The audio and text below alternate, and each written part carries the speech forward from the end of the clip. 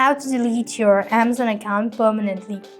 Hey guys, welcome back to our channel. In this video, I'll be showing you the procedure to delete your Amazon account permanently. To do this, you want to first of all make sure to open up your Amazon account or Amazon application. As logged in, this is going to directly take you to the home page, right? So what you need to do is here, click the U button or the icon from the bottom left hand side corner of your screen. As you go to this section, click on account from the top left hand side corner of your screen.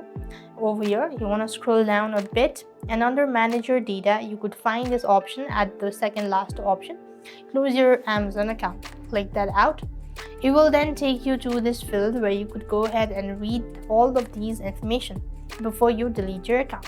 So if you are sure about it, scroll down right to the bottom, choose a reason, and click or mark on the terms and click on close my account. After which you might be asked to type in a password for the identity verification. So do it accordingly. And once you've done it, so you should be able to receive a notification stating that your account has been permanently deleted. So this is how you could delete your Amazon account. I hope the video was helpful. Make sure to like, share, and subscribe. Thank you for watching. See you in the next video.